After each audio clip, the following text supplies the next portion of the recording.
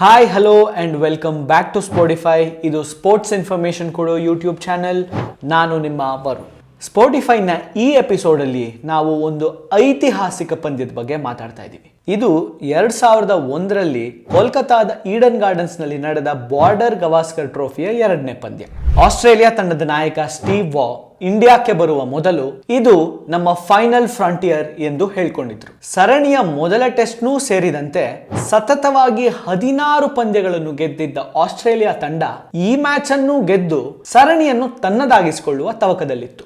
ಇಂಡಿಯಾದ ಪ್ರಮುಖ spinner Anil Kumble injury ಕಾರಣದಿಂದಾಗಿ ಸರಣಿಯಿಂದಲೇ ಹೊರಗುಳಿದ್ರೆ, ಮೊದಲ ಟೆಸ್ಟ್ ಆಡಿ ಪ್ರಮುಖ ವೇಗಿ ಜಾವಗಲ್ ಶ್ರೀನಾಥ್ ಇಂಜುರಿ ಕಾರಣದಿಂದ ಅವರು ಕೂಡ 2ನೇ ಟೆಸ್ಟ್ ಇಂದ ಹೊರಗುಳಿಬೇಕಾಯಿತು.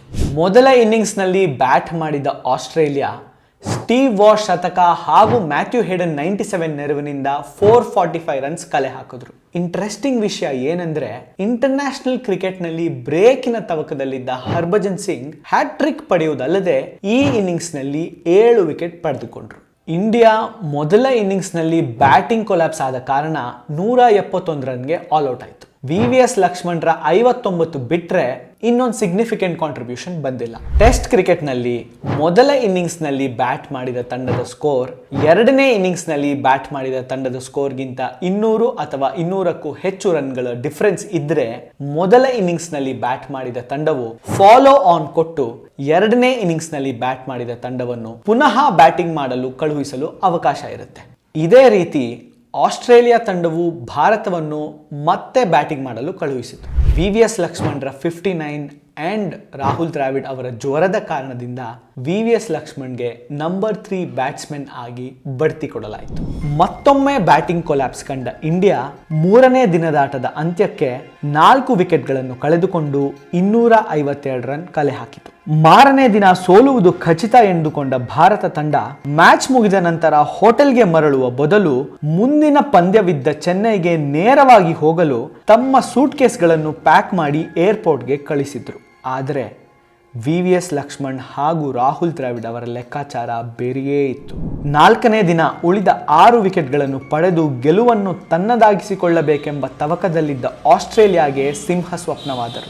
5ನೇ ವಿಕೆಟ್ಗೆ ಜೊತೆಯಾದ ಈ ಜೋಡಿ ಆಸ್ಟ್ರೇಲಿಯಾ ಲೆಕ್ಕಾಚಾರವನ್ನು ತಲೆ ಕೆಳಗೆ ಮಾಡಿ 4ನೇ ದಿನ ಒಂದೂ ವಿಕೆಟ್ ಕಳೆದುಕೊಳ್ಳದೆ 376 ರನ್ಗಳ ಪಾರ್ಟ್ನರ್ಶಿಪ್ ನೀಡಿ ಇಂಡಿಯಾಗೆ ಈ ಪಂದ್ಯದೊಳಗೆ ಅಷ್ಟೇ ಯಾಕೆ ಸರಣಿಯೊಳಗೂ ಕಂಬ್ಯಾಕ್ ಮಾಡಲು ಕಾರಣವಾಯಿತು. VVS ಲಕ್ಷ್ಮಣ್ 281 ರನ್ ಹೊಡೆದರೆ ರಾಹುಲ್ ದ್ರಾವಿಡ್ 180 ರನ್ ಹೊಡೆದರು. ಇನ್ನಿಂಗ್ಸ್ನ ಕೊನೆಯಲ್ಲಿ ಇಂಡಿಯಾ 7 ವಿಕೆಟ್ ಕಳೆದುಕೊಂಡು ಬರೋಬ್ಬರಿ 657 ರನ್ಗೆ ಡಿಕ್ಲೇರ್ ಮಾಡಿ ಆಸ್ಟ್ರೇಲಿಯಾಗೆ 75 ಓವರ್ಗಳಲ್ಲಿ 384 ರನ್ಗಳ ಟಾರ್ಗೆಟ್ ಕೊಟ್ಟಿತು. 4ನೇ ಇನ್ನಿಂಗ್ಸ್ನಲ್ಲಿ ಬ್ಯಾಟ್ ಮಾಡಿದ ಆಸ್ಟ್ರೇಲಿಯಾ ಉತ್ತಮ ಆರಂಭ ಕಂಡು 45 ಓವರ್ಗಳಲ್ಲಿ 3 ವಿಕೆಟ್ ನಷ್ಟಕ್ಕೆ 166 ರನ್ ಗಳಿಸಿತು. ಸತತವಾಗಿ 16 ಪಂದ್ಯಗಳನ್ನು ಗೆದ್ದಿದ್ದರೂ ಈ ಮ್ಯಾಚ್ನ ಈ ಹಂತದಲ್ಲಿ ಗೆಲುವಿನ ಆಸೆಯನ್ನು ಬಿಟ್ಟು ಡ್ರಾ ಮಾಡಿಕೊಳ್ಳಲು ಬ್ಯಾಟ್ ಮಾಡುತ್ತಿತ್ತು. ಆದರೆ ಮತ್ತೊಮ್ಮೆ ಹರ್ಭಜನ್ ಸಿಂಗ್ ಅವರ ಬೌಲಿಂಗ್ ದಾಳಿಗೆ ತುತ್ತಾದ ಆಸ್ಟ್ರೇಲಿಯಾದ ಬ್ಯಾಟ್ಸ್ಮನ್ ಪೆವಿಲಿಯನ್ ಪರೇಡ್ ನಡೆಸಿ 212 ರನ್ಗಳಿಗೆ ಆಲ್ ಔಟ್ ಆದರು. ಮೊದಲ ಇನ್ನಿಂಗ್ಸ್ನಲ್ಲಿ 171 ರನ್ಗಳಿಗೆ ಆಲ್ ಔಟ್ ಆಗಿ ಫಾಲೋ ಆನ್ ಪಡೆದಿದ್ದ ಟೀಮ್ ಇಂಡಿಯಾ ಕಾಕತಾಳೀಯವೆಂಬಂತೆ ಅದೇ 171 ರನ್ಗಳ ಐತಿಹಾಸಿಕ ಗೆಲುವು ಸಾಧಿಸಿತು. 2ನೇ ಇನ್ನಿಂಗ್ಸ್ನಲ್ಲಿ 6 ವಿಕೆಟ್ ಪಡೆದ ಹರ್ಭಜನ್ ಪಂದ್ಯದಲ್ಲಿ ಒಟ್ಟು 13 ವಿಕೆಟ್ ಪಡೆದರು. ಲಿಟಲ್ ಮಾಸ್ಟರ್ ಸಚಿನ್ ತೆಂಡೂಲ್ಕರ್ ಬ್ಯಾಟ್ನಲ್ಲಿ ಅಷ್ಟು ಕಾಂಟ್ರಿಬ್ಯೂಟ್ ಮಾಡದಿದ್ದರೂ ಈ ಇನ್ನಿಂಗ್ಸ್ನಲ್ಲಿ 3 ವಿಕೆಟ್ ಪಡೆದು ಬೌಲಿಂಗ್ನಲ್ಲಿ ತಮ್ಮ ಕಾಂಟ್ರಿಬ್ಯೂಷನ್ ನೀಡಿದ್ರು. ಫಾಲೋ ಆನ್ ಕೊಟ್ಟು ಸೋತ ಉದಾಹರಣೆಗಳು ಕೇವಲ 4. ಇದರಲ್ಲಿ ಫಾಲೋ ಆನ್ ಕೊಟ್ಟು ಆಸ್ಟ್ರೇಲಿಯಾ 3 ಬಾರಿ ಸೋತಿದೆ. ಈ ಪಂದ್ಯ ಅವರು ಫಾಲೋ ಆನ್ ಕೊಟ್ಟು ಸೋತ 3ನೇ ಪಂದ್ಯ. ಮತ್ತೊಂದು ಉದಾಹರಣೆ 2023ರಲ್ಲಿ ಇಂಗ್ಲೆಂಡ್ ನ್ಯೂಜಿಲೆಂಡ್ನ ವಿರುದ್ಧ ಸೋತಿರುವ ಪಂದ್ಯ. ಹರ್ಭಜನ್ ಸಿಂಗ್ ಟೆಸ್ಟ್ ಕ್ರಿಕೆಟ್ನಲ್ಲಿ ಹ್ಯಾಟ್ರಿಕ್ ತಗೊಂಡ ಮೊದಲ ಇಂಡಿಯನ್.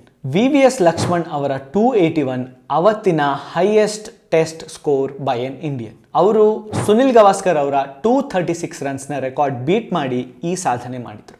ನಂತರ ವೀರೇಂದ್ರ ಸೆಹ್ವಾಗ್ ಈ ರೆಕಾರ್ಡ್ನ ಮುರಿದ್ರು. ಈ ಪಂದ್ಯವನ್ನು ಗೆದ್ದ ನಂತರ ಚೆಪಾಕ್ನಲ್ಲಿ ನಡೆದ 3ನೇ ಪಂದ್ಯವನ್ನೂ ಗೆದ್ದು 2-1 ಅಂತರದಲ್ಲಿ ಭಾರತ ಈ ಸರಣಿಯನ್ನು ತನ್ನದಾಗಿಸಿಕೊಳ್ತು.